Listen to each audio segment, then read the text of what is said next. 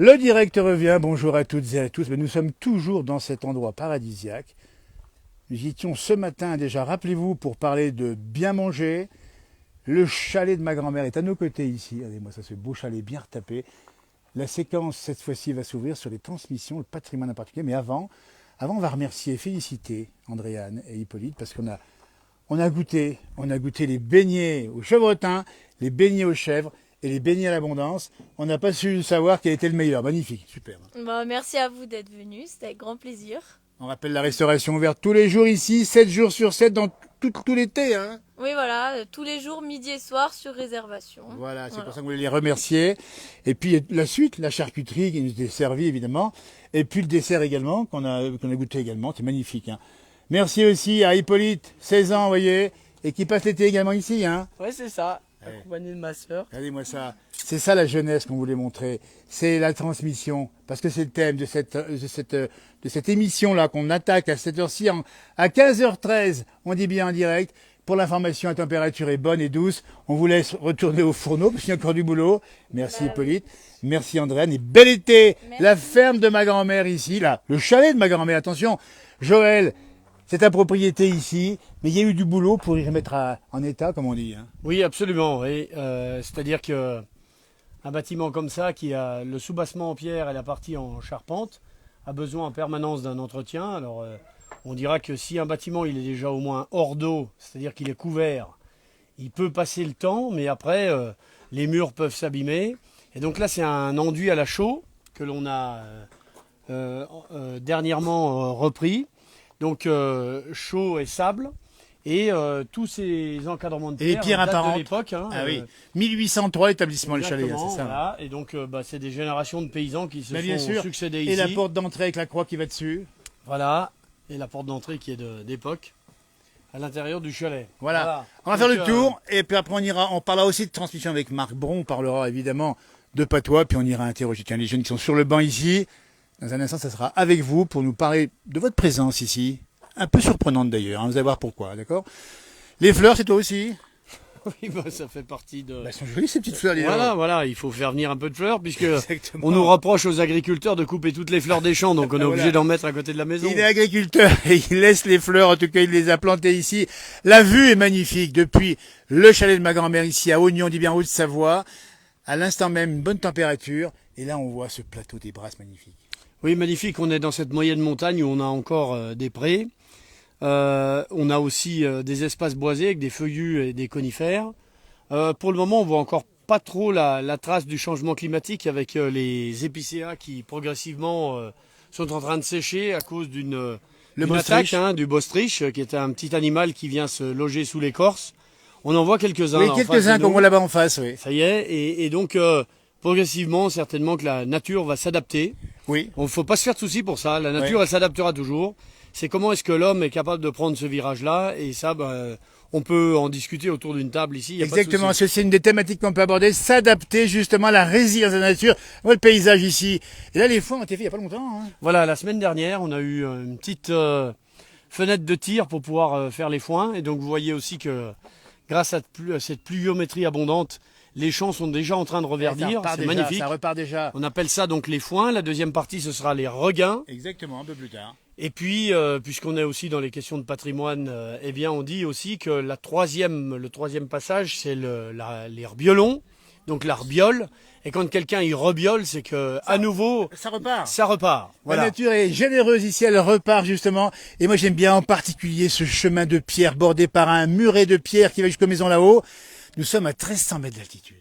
Voilà, c'est un espace montagnard qui est accessible, ce qui fait que le marcheur moyen peut profiter quand même déjà de la montagne. Le marcheur âgé aussi peut encore profiter de ce moment-là de clémence. Ouais. Et puis le petit aussi qui commence à... On a vu un petit marmouflé de quoi, 2-3 ans tout de suite là. Voilà, ici c'est le lieu de l'intergénérationnel. Exceptionnel. Le point de départ pour venir ici, c'est Baugève plutôt? Oui, c'est plutôt Baugève, mais on peut venir par Oignon, il n'y a pas de problème. Par Oignon aussi. On dit bien, prenez une carte, n'hésitez pas. Nous sommes en Haute-Savoie et on voit ici le chalet de ma grand-mère. Donc c'est pour tes enfants, la grand-mère, c'est ça? Oui, absolument. Ghislaine, qui a vécu ici aussi. Hein. Oui, et qui a travaillé surtout ici pendant un certain temps. Alors, on a vu sur tes réseaux Joël Beaugrasset, un vice-président du conseil départemental de Haute-Savoie. On t'a vu travailler au moment des épisodes politiques les plus agités, j'allais dire. Voilà. Ça fait du bien de travailler ici. Absolument. Alors en fait, oui, ce qui s'est passé, c'est un peu ironique, mais je ne faisais peut-être pas forcément campagne électorale parce que je ne me présentais pas à cette élection des législatives. Et du coup, mais j'avais prévu ce chantier. Donc moi, dans mon calendrier technique et patrimonial, j'allais faire ça, pendant qu'il y en avait d'autres qui avaient un calendrier politique. Et je peux vous dire que ça m'a vraiment fait du bien parce que c'était un chantier participatif et familial où on a préparé le chantier pour l'entreprise et ensuite c'est une entreprise qui est venue pour faire les enduits à la chaux en respectant la tradition et puis les savoir-faire d'autrefois. La transmission, c'est ça, c'est respecter justement les savoir-faire d'autrefois. Et finalement, c'est fait un peu à l'ancienne. On voit bien ici cette petite fenêtre là. Oui, alors donc on a gardé les encadrements existants, ce qui veut dire que bien sûr dans nos chalets, on n'a pas une luminosité extraordinaire. Et voilà, j'allais le dire, c'est pas très large comme fenêtre. Hein. Oui, tout à fait, mais on garde l'esprit du lieu. Et puis de toute manière, quand on vient à la montagne, c'est soit on veut profiter d'une terrasse, ou alors que de toute manière on est à l'intérieur et qu'il fait froid. Autant qu'on soit protégé, une bonne flambée, vous imaginez comme c'est formidable. Tu m'étonnes, avec tout ce qu'on va manger ici, on le rappelle. Alors, donc pour l'heure, il y a donc la partie... Traditionnellement ici, voilà. Dans ces chalets, et notamment ici, mon grand-oncle fabriquait le fromage, et il faisait des tomes extraordinaires. Alors, j'ai réfléchi à pourquoi. Je me disais, mais pourquoi il faisait des tomes extraordinaires? C'est qu'en fait, les vaches n'étaient pas poussées, c'est-à-dire qu'elles n'avaient pas une nourriture excessive en termes d'aliments extérieurs, notamment de concentrés et autres. Exactement. Et donc elles pâturaient les plantes ici.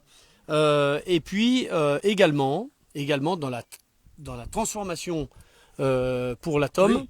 On utilisait de la caillette de veau. Et donc on n'avait pas un produit industriel qui permettait de transformer le lait en fromage.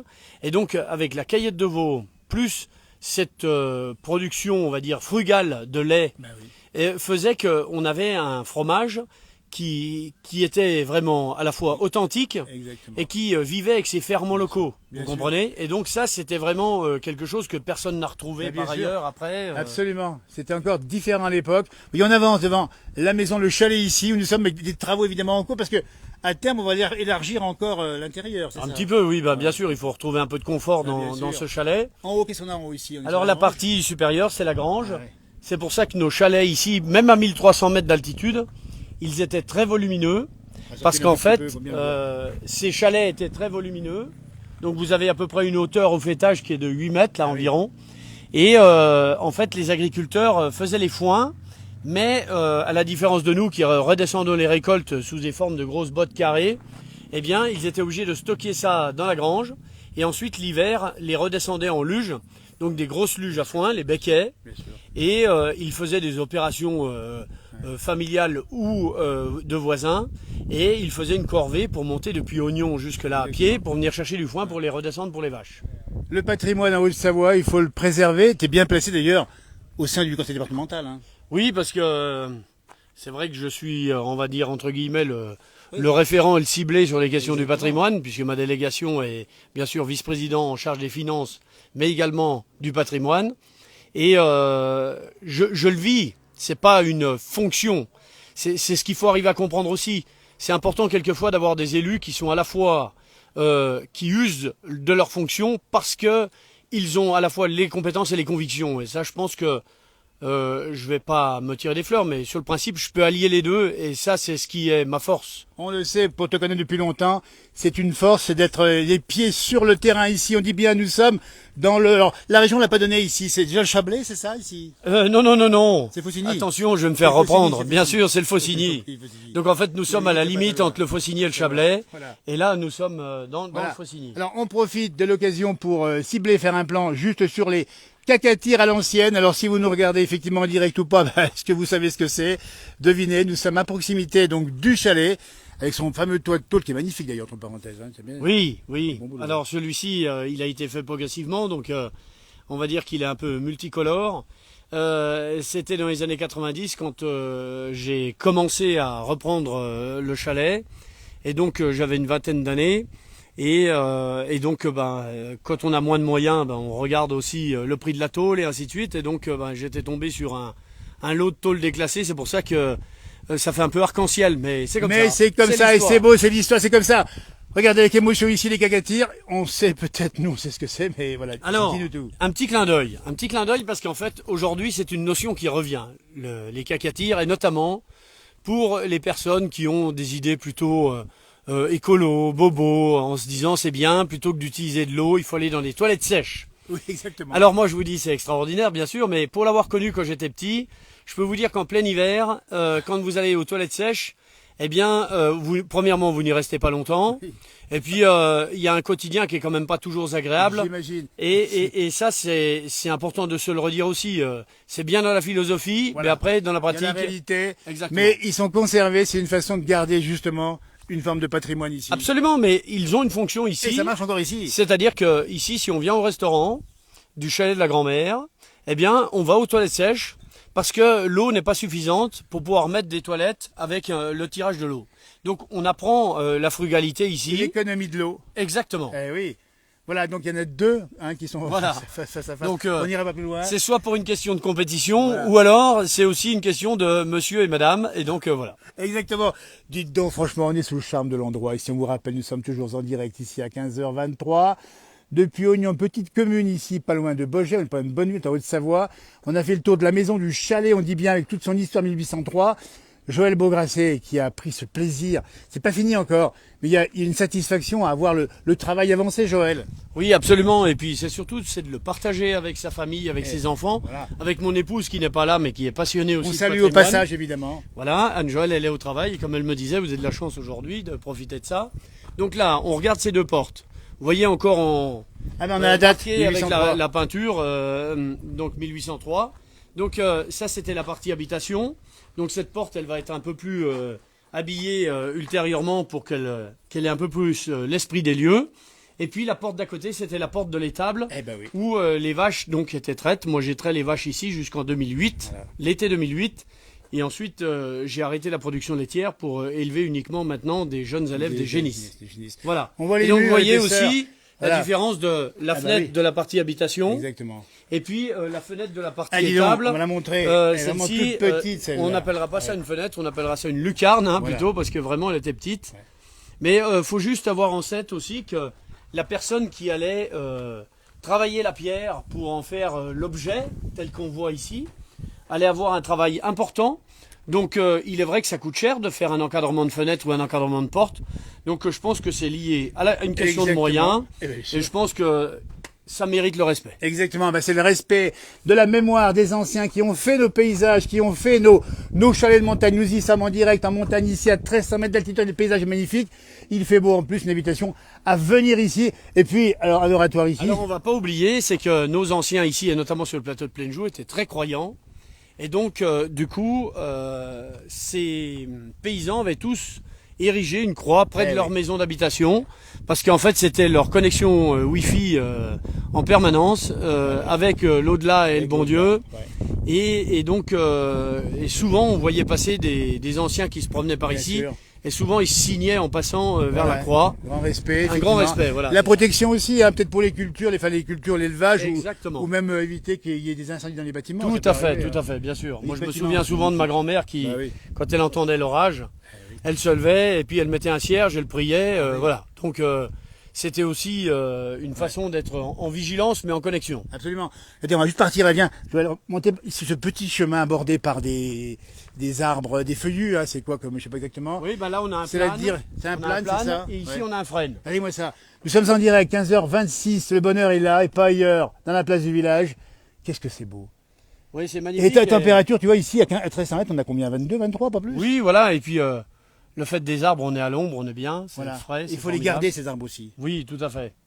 Alors, ici, on a typiquement, aujourd'hui, on aurait pris un architecte paysagiste pour nous dessiner ce lieu. Et en fait, avec la main du paysan et son bon sens, eh bien, il nous a créé comme ça un cheminement extraordinaire Ah ouais. qui est poétique et puis qui marque son temps et c'est formidable. Et puis en même temps, c'est un réservoir de biodiversité parce que dans Exactement. un mur comme ça, vous Il avez y a beaucoup de choses. des serpents, vous Bien avez sûr. aussi les Des escargots lézards, qui des peuvent être escargots, tranquilles, des bien lézards sûr. et autres. Alors, on n'est pas dans les Pyrénées, attention, c'est une reconstitution d'un trame de Lourdes un peu plus loin. Oui, oui, parce que les habitants d'Ognon étaient des pèlerins de Notre-Dame de Lourdes, et ces pèlerins se rendaient souvent à Lourdes, Et donc, quand Ouais, ils ont ils composé. venaient en alpage, ils ont voulu absolument ériger une grotte de Lourdes. Si vous voulez, on peut aller la visiter. Alors, on va peut-être retourner nos invités qui sont là-bas, qui nous attendent D'accord, encore. mais on pourra retourner la On voir pourra tout retourner à là, l'heure. évidemment. Et puis on fera un Les tour. cacatis vus de l'arrière ici, toujours, eh bien, au chalet de ma grand-mère ici. Regardez comme c'est beau ici, les Brasses. C'est le plateau de Plaine-Joux, c'est Oignon, c'est le Faucigny. On va retourner voir nos invités. En tout cas, c'est un bel endroit à découvrir. Alors, on dit bien qu'on peut venir en voiture jusqu'au bout, mais on peut venir à pied aussi, hein. Oui, on peut venir à pied parce que Bien loin. il y a suffisamment de parking en périphérie du petit chemin de terre. Voilà. Mais sinon, le chemin est carrossable pour les personnes à mobilité réduite. Bien sûr. Si vous avez mal à un genou ou à une épaule, il n'y a pas de problème, on vous accueillera.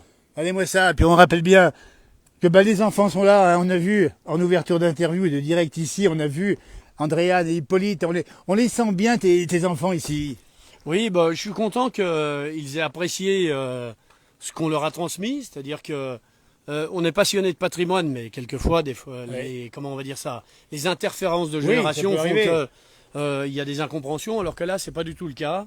Il y a vraiment cet esprit de la transmission et c'est vraiment génial. C'est formidable. Regardez-moi ça ici, ce petit chemin ici de pierre avec... Oh, c'est beau ça.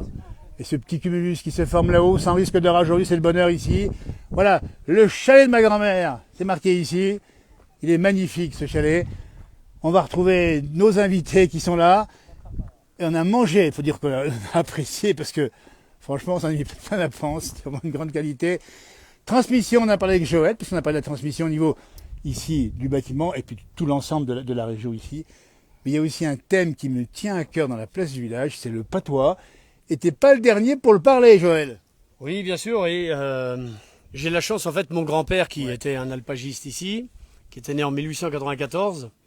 J'ai eu la chance surtout de vivre auprès de lui, en intergénérationnel dans la même maison, jusqu'à l'âge de 7 ans, après il est décédé, et c'est lui qui m'a transmis cette passion du patois.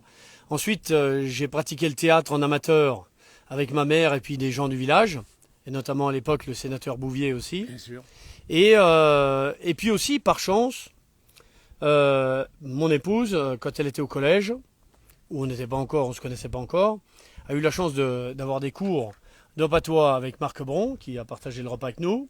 Et du coup, eh bien, on va dire que les deux indigènes que nous sommes, on a été contents de se retrouver sur ces valeurs-là, et en se disant, nos enfants, eh bien, on va leur transmettre le patois. Et ça Alors, marche. oui, bien sûr, oui, génial. Mais c'est bien qu'on fasse de l'entre-soi en famille. Mais moi, mon idée, c'était aussi de pouvoir travailler sur la transmission en général. C'est pour ça que dernièrement, j'ai sollicité l'Université de Savoie et j'ai demandé à des jeunes étudiants de pouvoir être force de proposition pour m'aider à réfléchir à la transmission et faire en sorte qu'on puisse trouver des moyens avec les nouvelles technologies, soit avec l'intelligence artificielle ou des applications. Et donc, ces brillants étudiantes et un étudiant... Elles sont là, à côté de nous, elles sont venues de loin, j'allais dire, parce que c'est Chambéry, leur étude, c'est ça, hein. C'est Voilà. la Chambéry. On va poser la question, justement. Et Joël, rappelle-moi quand même qu'à 5 ans, tu parlais déjà patois. Oui, même avant, j'ai dû faire mes arre en patois. Même avant. Et comment ça fait heureux en patois? Dis ça pas, ne me rappelle pas. Il n'y en a pas. Eh, c'est formidable. En tout cas, merci de l'accueil de cette journée passée ici, avec tes amis, avec les invités du jour, avec tes enfants dans ce cadre absolument incroyable. On sent la sincérité, de l'amour, de l'authenticité des patrimoines. C'est ça qu'il faut dire aujourd'hui à ceux qui nous regardent dans toute la France.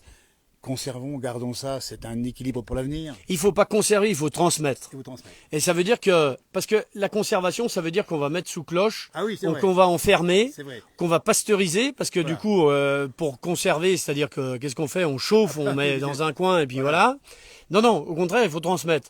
Et dans l'idée de la transmission, ça veut dire qu'il va y avoir aussi des évolutions. Bien sûr. C'est une chose, Bien sûr. mais ça ne veut rien. Il y a un socle, il y a des valeurs, Exactement. et ça, c'est important de les transmettre. Voilà. Quelles que soient nos origines, personnelles et autres, si on a un fond de transmission en nous, on arrivera à le partager avec quelqu'un d'autre qui sera différent. Et dans cette différence, on arrivera à s'apprécier parce qu'on aura chacun des choses à valoriser. L'idée, c'est pas de chercher à prendre le dessus sur la culture de l'autre. Absolument. C'est au contraire, c'est d'être fier et fort de la sienne. Exactement. Et malheureusement, je dirais, c'est que on n'est pas suffisamment fort de la sienne quand on a peur de celle des autres. Eh ben, Et ça, donc, c'est- je pense que c'est ça comme message que j'ai envie de vous ça, dire. c'est bien dit. C'est soyez fort de votre culture, Ouais. et vous serez curieux de la culture des autres, et vous verrez qu'à un certain moment, on a des points communs. Exactement.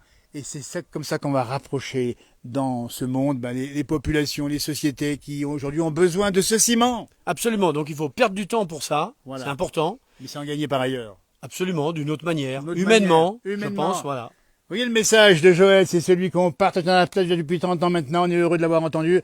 Reste à nos côtés. On va voir juste voir Marc Bon avant. Et puis après, on ira voir évidemment nos étudiants qui vont nous parler de la raison pour laquelle ils ont choisi de participer à ce joli projet, l'intelligence artificielle et le patois franco-provençal. L'homme du patois franco-provençal. Reste assis, Marc. On va rester comme ça assis. C'est pas plus mal comme ça. Et puis, c'est vrai que c'est la fin de repas, on a bien compris. Mais oui, c'est tellement sympa de finir un repas comme ça, à discuter, à philosopher aussi.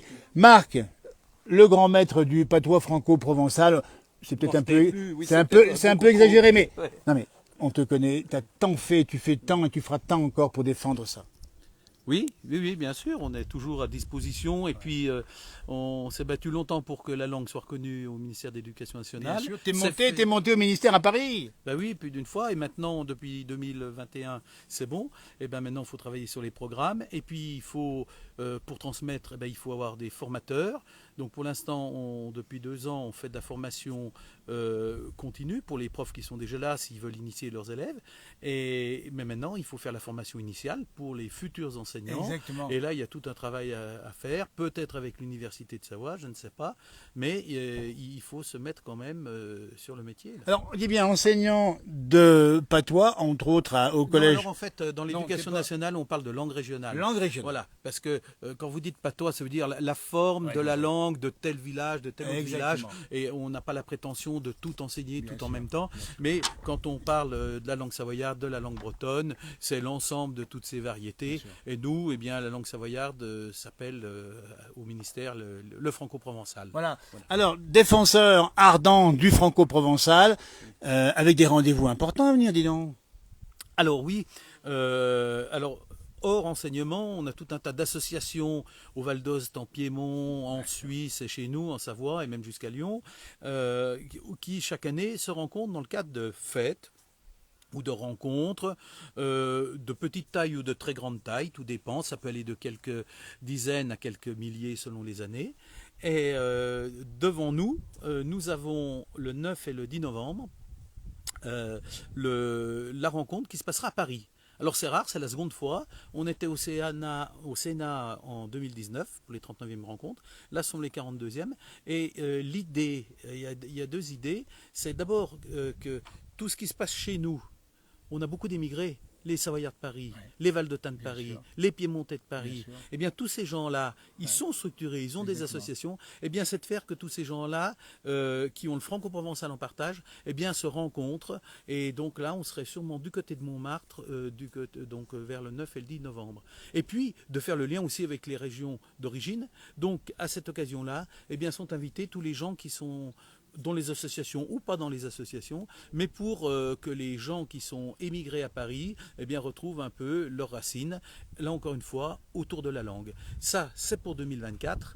Et on est déjà sur 2025. Alors là, 2024, c'est le Conseil international du franco-provençal qui est à la manœuvre. 2025, c'est les Herbiolons qui vont faire cette rencontre. Alors, à La Roche-sur-Foron. En Haute-Savoie, La Roche-sur-Foron, les Biolons. Alors c'est du patois, ça veut dire ça, ça redémarre. Alors là, il faut aller voir Régis Vachou, qui est le président, qui vous parlera de cette organisation. On aura l'occasion de le faire. Et puis 2026, ce sera la vallée d'Osse et le Piémont. Vous voyez, chaque année, il y a quelque chose. C'est ça, on partage justement les territoires qui ont en commun cette fameuse langue. Comment se porte le franco-provençal? On peut être optimiste pour l'avenir? Alors, je dirais qu'on est optimiste dans le sens où maintenant on a un cadre législatif qui permet de faire des choses, et puis on a des gens qui s'y intéressent. Et par contre, il faut être vigilant, parce que sinon, avec la mondialisation, tout ça risque de se perdre rapidement. J'ai remarqué qu'avec la mondialisation, plus les gens ont besoin de communiquer loin, plus ils ont besoin de s'ancrer localement. Exactement. Donc c'est un espèce de rééquilibrage, et finalement c'est peut-être une chance. On peut parler de cet échange de culture à partir de valeurs communes. Eh bien, je crois que ça, c'est une richesse pour tout le monde. Merci Marc Bron qui va dire, non pas au revoir, parce qu'on n'a pas fini, on ira voir dans un instant, les jeunes étudiants. Il y a cette Savoie. Un mot en patois qui te plaît bien. Moi, j'aime bien le mot écureuil, par exemple. Eh ben, c'est la Vardaf. Oui, c'est drôle, La car rien Vardaf, à voir. Hein. Oui, oui, la Vardaf, oui. Ouais. Puis on a la PES qui veut dire les Bien sûr, PCA, bien sûr. on a le. Qu'est-ce Mais qu'on ça, peut dire alors non seulement c'est des mots un peu différents, mais quand on parle le patois, enfin le patois, le franco-provençal, il y a l'accentuation qui va avec. Oui, alors parce que ça vient essentiellement du latin, Bien sûr. qui est une langue très chantante Eh oui. comme l'italien, Eh oui. et le français est une langue latine aussi, Ouais. mais ne chante plus pour ainsi dire. Alors que la langue savoyarde a gardé, comme l'occitan, comme l'italien, ce côté chantant, où on va dire na brava fenna, ithan. Alors traduction immédiate, parce qu'on va perdre nos téléspectateurs tout de suite, sinon... Eh bien, je donnais l'exemple féminin d'une jolie dame. Ah oui. Si elles sont plusieurs, que tant, qui Ah chantent. Vous voyez, Ah on oui. entend enfant, tant, c'est-à-dire le ENT en français que vous écrivez et que vous ne prononcez pas. Ouais. En savoyard, on l'entend. D'accord.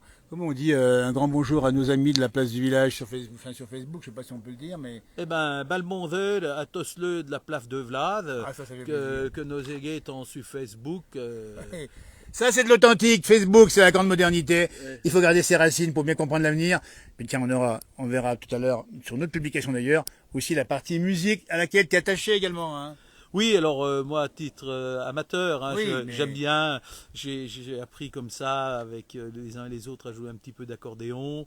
Et on avait construit un festival, le Feu Fliade, sur le plateau qui était. On juste s'en à rappelle, on côté. fait une émission au Feu Fliade. Voilà. Ce qui veut dire quoi le Feu Fliade déjà Le Feu Fliade, c'était la fête qu'ils faisaient Ouais. avant de redescendre dans les Exactement. alpages en bas en fin de saison. Voilà. C'était une grande fête. Alors donc on a repris ça avec tous les pays des Alpes. Alors aujourd'hui le grand festival ne se fait plus, mais des ateliers travaillent, des personnes apprennent la vielle, apprennent l'accordéon diatonique, etc. Il y a le chant, il y a la danse, et il y a des bals qui sont organisés. Donc il y a toujours une vie autour de cette musique des Alpes. C'est ça qui est bien la vie, et ne pas oublier la mémoire aussi de Jean-Marc Jacquier en particulier, qui a défendu aussi ce patrimoine. Tout à fait, Jean-Marc Jacquier, d'ailleurs l'accordéon que vous voyez là, qui appartient au groupe de Tonneau, eh bien c'est lui qui a conçu Ah ce oui, modèle-là, ah parce qu'il en avait assez, il y avait beaucoup de ferraille dans tous ces accordéons, et il s'était rendu compte qu'il jouait que sur une partie des notes, donc il est allé chez Castagnard et il leur a fait faire un modèle comme ça, et voilà le second modèle du genre qui a été fait. Regardez-moi Et ça, mon mari on peut ici. signaler à propos de Jean-Marc Jacquier qu'une Oui. association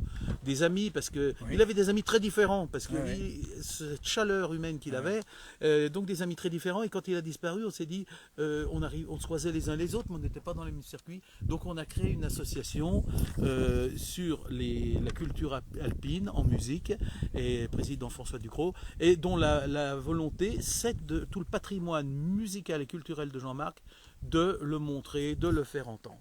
Voilà, c'est ça, bien gardé bien sûr. Ce qui a été fait par les anciens et la jeunesse d'aujourd'hui, on va y aller voir maintenant. Merci Marc Bron, qu'on a vu sur toutes les télévisions de France et de Navarre pour nous parler et défendre le franco-provençal, et il le fait avec beaucoup de passion. Voilà, on a vu beaucoup de Savoyards dans ce direct. On va maintenant voir des jeunes qui ne sont pas originaires de la Savoie. Alors, on est ravis de vous avoir de nos côtés, Barbara, qui nous vient du Portugal, c'est ça? Oui, de Saône-et-Loire et Non, d'abord de originaire Saône-et-Loire. du Portugal. Alors, voilà, c'est ça. Donc deux origines différentes. Yanis, ton prénom, c'est ça, hein? Yanis, Qui oui. vient d'où, Yanis? Moi de Haute-Savoie, moi je suis d'ici. Ah, il est d'ici. Mais mes parents ne sont pas d'ici donc. Voilà, écoutez, voilà, il faut aussi un petit peu mélanger tout ça. Et puis Kenza qui nous vient du Maroc, étudiante également à Chambéry. C'est ça. Voilà. Alors, il faut expliquer ce qu'a dit il y a un instant à nos côtés Joël Beaugrasset. Il y a une mission, un projet qui vous a été demandé, auquel vous avez adhéré, c'est ça?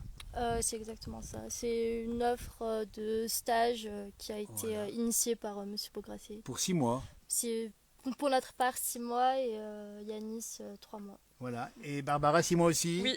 C'était quoi l'objectif? Alors l'objectif c'était de réussir à redynamiser un petit peu le domaine du franco-provençal sous la forme de quelque chose qui permette de transmettre, au-delà de conserver cette langue, ce beau patrimoine qui est la langue de Savoie et de Haute-Savoie. Et pour ça on a dû imaginer une application Alors, pour initier les personnes qui souhaitent s'intéresser au franco-provençal et leur apprendre quelques mots de vocabulaire. écoutez, là c'est intéressant. C'est une application, c'est ultra moderne. C'est sur les téléphones en général, c'est ça. Pour apprendre le franco-provençal. Alors, il faut un informaticien dans la bande, c'est ça? Exactement, et c'est le rôle de Yanis. Yanis va se rapprocher un tout petit peu parce que j'ai pas le bras assez long. Reste avec nous, rapproche-toi, Joël. Non, mais viens là. Voilà. Alors, ça, écoutez bien. On est sous le charme. Nous sommes dans la montagne. On parle de franco-provençal, on parle de tradition, mais on parle, rapproche-toi un tout petit peu. On parle de technologie moderne. Donc ton job, ça a été de créer, c'était en cours de création d'application. Ah oui, donc du coup, c'est pas de créer une application qui serait prête, Ouais. mais c'est surtout de proposer comment on verrait une application dans le futur et de voir si des gens seraient intéressés pour continuer le projet. Donc voilà, c'est vraiment, C'est un début tout ça. c'est un début exactement. D'accord. Donc voilà, donc l'objectif c'était vraiment de proposer comme si on allait voir quelqu'un qui veut reprendre le projet en lui disant voilà tous les outils nécessaires et tout ce qu'on a fait. Et le but c'est de peaufiner, de finir du coup le travail qu'on a initié. D'accord. Alors comment tu bosses avec tes camarades ici? Ça se passe comment?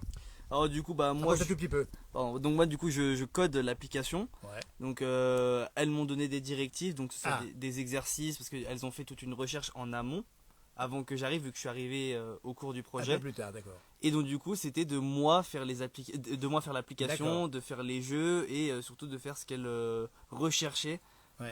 et ce qu'elles ont conclu grâce à leurs recherches. Alors les filles, vous avez conclu quoi grâce à vos recherches? Merci Yannis, hein, et puis continue à travailler parce que l'informatique c'est parfois un peu obscur. Hein. Et pas toi aussi pour moi d'ailleurs. Alors on a procédé à une grosse phase de débroussaillage pour un peu comprendre ce que c'était le franco-provençal, qui inclut plusieurs patois qui se comptent en centaines, je dirais. Eh oui. Car la région est assez grande, qui compte la Savoie et Bien la sûr. Haute-Savoie et au-delà. Donc on en a conclu, on s'est concentré principalement sur le patois de Thônes, qui regroupe un peu les variantes de tous les patois déjà existants. Et on a donné toutes ces directives à Yanis. On s'est également concerté et étudié les différentes possibilités d'exercices qu'on pourrait mettre dans l'application. Donc ce serait des exercices qui se basent sur les 4 compétences langagières, donc l'expression orale, écrite, la compréhension orale et écrite également. On compte mettre également plusieurs ressources dans l'application, que ce soit des chansons, des poésies, des contes, des recettes, et peut-être dans le futur inclure plusieurs autres versions des patois déjà existants, hors le patois de Thônes. Ah bah dites donc le patois de Thônes qui intéresse une jeune fille d'origine du Maroc. Mais qu'est-ce qui t'a conduit à t'intéresser à ce sujet? Ah, c'est... C'est Joël. Moi je dis que vous étiez courageux, je vous félicite les jeunes parce que ils ont été courageux de répondre à un appel à projet comme celui-ci, qui était vraiment pas facile, premièrement. Deuxièmement, sollicité par un élu, parce que souvent c'est soit des chefs d'entreprise qui sollicitent l'université de Savoie, ou alors des techniciens de collectivité, mais tout d'un coup, là, un élu qui a une idée un peu farfelue de vouloir travailler sur un élément Très pointu. très pointu, Ah oui. voilà, sur le fait de la langue locale. Bien sûr. Mais je crois que l'idée aussi, c'est, enfin, moi je trouve qu'avec leur approche à la fois de recherche, pour bien comprendre, comme vous avez parlé de débroussaillage, Bien sûr. vous avez même mieux dit que ça dans votre présentation. Vous avez dit quoi? Il fallait... Ébaragné. Il fallait C'est un mot de- ébaragner. Et Baragnier, parce qu'elles ont emprunté aussi le langage franco-provençal qui dit des choses. Et Baragnier. Ébaragné, ça vient de la toile d'araignée. Donc c'est en fait enlever les toiles d'araignée du sujet, donc débroussailler. Bah c'est en ça, mais France. c'est encore plus parlant d'enlever le toile d'araignée, dis C'est donc. formidable, donc C'est génial. voilà, je trouve génial, c'est qu'elles ont ébaragné le sujet. Ah oui. Et puis, en ayant ce regard extérieur neuf, et en n'ayant pas de parti pris, Bien sûr. et ce qui est aussi formidable, c'est qu'elles ont été à l'écoute d'un comité d'experts, c'est-à-dire qu'on a réuni à la fois des personnalités de la recherche, c'est-à-dire l'Institut Gardette, des docteurs en linguistique, et puis également des praticiens de la Fédération des groupes de patois des Herbiolons. Et avec ces personnes-là, qui à certains moments haussaient le ton sur leur façon de voir les Bien choses, sûr. mais Barbara et Kenza ont eu l'esprit de synthèse, et grâce au conseil de certains, en se disant, faut écouter, mais après vous choisissez ce Voilà. que vous avez à faire, et vous avancez. Et donc je pense que même pour la gestion de leur vie professionnelle demain, cette expérience à la fois d'écoute, de concertation, et derrière de construction de projet, ça leur sera utile d'une C'est manière ou très d'une autre, formateur. au-delà de la question Mais bien sûr. du sujet en lui-même. Mais bien sûr. Mais par contre, du coup, vous avez exploré une vie culturelle locale Et bien qui sûr. peut être soit quelque chose qui est en extinction, ou alors un patrimoine à transmettre, comme je disais encore bien, bien une dit, fois de plus. tout à Voilà. fait. Mais je vois que c'est aussi une nouvelle génération. Ils ont la maîtrise technologique de nouvelles technologies. C'est aussi ça qui va aider à protéger, à prolonger le franco-provençal. Oui, et puis moi, mon idée aussi, c'était de se dire, en ayant des jeunes extérieurs à notre territoire, c'est de se dire comment est-ce qu'on modélise une transmission d'un patrimoine local linguistique qui peut demain être l'utilisation pour le corse, le breton, voire le kabyle ou le berbère ou je ne sais qui. Et donc, c'est plutôt dans ce sens-là. Aujourd'hui, les nouvelles technologies, ça touche tous les peuples Exactement. et tous les territoires. Et donc, c'est dans ce sens-là qu'il faut l'approcher. Donc, voilà, le sujet a bien été ébaragné, comme on a dit. Ébaragné. Et puis On ne sait pas maintenant, comment on l'écrit, mais on on comprend. va, On comprend. on va poursuivre. On va surtout leur souhaiter bonne continuation Bien dans la fin de sûr. leurs études. C'est presque fini, bientôt les vacances. Et en tout cas, c'est un beau laboratoire, c'est bien. Hein. Tout à fait, Et absolument. franchement. Alors, passons aux choses sérieuses, puisque maintenant je me transforme en maître de conférence. Est-ce que vous parlez le franco-provençal? Il y a des mots que vous avez Quelques appris mots, Bien deux, sûr. 3 mots. Harvey, par exemple. Oui, alors ça c'était dans la... tout de suite, Écoutez, mais- non mais Harvey, c'est pas tout de suite parce que ça veut dire au revoir, c'est ça. Oui, c'est exactement ça. Et ça a tout un sens dans nos émissions qu'on a faites, 5000 émissions, on a toujours fini par le Harvey. Bon, on est heureux de voir que des jeunes venus de différents horizons participent à défendre, comme il l'a bien dit, cette mémoire, et pour mieux la partager, parce que c'est le sens du mot de Joël Beaugrasset. Et toi, à Paris-Baranier? Alors, je sais dire Mantekibai, qui ça veut dire comment allez-vous, comment tu vas. Donc, c'est pour bien commencer une conversation. C'est plutôt utile, je trouve. Ça c'est sympa, franchement, c'est des mots qu'on connaît bien. Alors on dit bien que c'est dans le cadre de vos études qui vous mèneront où exactement vos études? C'est quoi votre diplôme exactement? Alors, c'est un diplôme en ergonomie socio-cognitive des systèmes intelligents. Donc, c'est un master en psychologie, mais on ne sera pas psychologue. C'est l'application de théories psychologiques à l'intelligence artificielle et aux nouvelles technologies de manière générale. L'université de Chambéry, L'université de Savoie-Mont-Blanc, De Savoie-Mont-Blanc. au campus de Chambéry. campus de Chambéry. Mm. Kenza, un grand merci à toi, franchement. Marocaine, qui nous vient du côté de Meknès, c'est ça? C'est exactement ça. Voilà, franchement. Eh ben, écoutez, on est sous le charme de cette journée. On a partagé plein de choses. Il y aura encore d'autres publications parce que les instruments sont là-bas. On en jouera, on vous les postera parce qu'on veut partager dans cette place du village au monde entier ce qui se passe ici. C'est des valeurs de rapprochement, des valeurs de compréhension, d'écoute, de partage. C'est ça qui va faire le monde de demain. C'est très bien résumé. Eh ben, écoutez, franchement, eh ben, vous voyez, ça me donne de l'oxygène cet endroit ici. Merci Yanis, merci Barbara. Un petit mot pour la fin, tes copains, copines de l'université. Et bonjour à toute l'université Savoie-Mont-Blanc. On est dans une région incroyable. On a de la chance de faire des études dans un beau cadre. Voilà. Profitez-en. Et puis elle connaît mon département d'enfance, la Saône-et-Loire aussi, qui est un département rural également. Le Creusot. Hein. Yanis qui est au Savoyard, lui. C'est ça. De quelle région exactement? Moi je suis à Saint-Joriot, donc c'est. Saint-Joriot, bord du lac, on connaît bien Oui, évidemment. aussi. Ah, il est gâté aussi, lui. Hein. Eh ben, un grand merci à ceux qui étaient avec nous. Hein, ici, Angelin, qu'on va saluer là-bas, qui fait les foins avec son papa. On a également Julien, qui parle pas de toi, puisque son papa, c'est Marc Bron, évidemment. Alors, on va pas l'interroger, mais je pense qu'il connaît bien le dossier. Hein. Ah, c'est ça, Marc. Un grand merci, Joël. Viens par là, Joël, pour terminer l'émission ici. En direct où nous étions. On va remercier effectivement nos cuisiniers, enfin le cuisinier, je vais dire toujours, mais de l'été, évidemment. Et puis la fierté du papa et de l'élu de faire un travail sur le terrain et aussi au niveau des départements. C'est ça, finalement, le sens de la vie, tout simplement. Hein. Oui, c'est passionnant. La relation humaine est passionnante. Voilà. Et quand on a compris ça, qu'on a autant à gagner de la personne en face qu'on a aussi à donner à la personne qui est avec nous, eh bien, je crois que ça, on fait un grand pas déjà dans la fraternité. C'est ce qui est important aussi. Ça sera le mot de la fin. Un grand merci à vous et tout le meilleur du monde à tous les jeunes et aux autres également. Je vais orienter mon smartphone vers ce magnifique plateau, ce petit nuage qui est un beau symbole qui va vers le ciel. C'est bien sûr symbole, on ne sait pas de quoi, chacun y voit ce qu'il veut. Le môle est en face. On a d'ailleurs mis une croix, dis donc Joël, il n'y a pas longtemps, une nouvelle croix au sommet du môle, c'est ça hein? Oui, tout à fait. Ben oui, parce que la croix d'avant, elle avait malheureusement subi La foudre. Voilà. Et donc du coup, ça a permis un élan populaire. Je crois qu'il y avait Voilà. plus de 300 personnes qui sont montées là-haut pour Exactement. monter la croix. La nature et l'homme, c'est une sujet de dissertation. Vous avez 4 heures. Merci à vous de nous avoir suivis. À tout bientôt dans la place du village, de publication évidemment sur cette page. et passez une très bonne fin de journée. Merci. Arvipa, tiens, Arvipa, on le dit, tiens, dis-le moi. Arvi. On dit Arvipa, nous, c'est peut-être une erreur de... Voilà, parce que le spécialiste n'a pas pu dire, attention, il faut dire Arvi, c'est ça, hein. Arvipa, allez. Allez. Arvipa. Joël, vas-y. Arvipa. Voilà, ils le font bien, franchement. Et voilà, ça sera le symbole demain de la réconciliation des humains. Arvipa.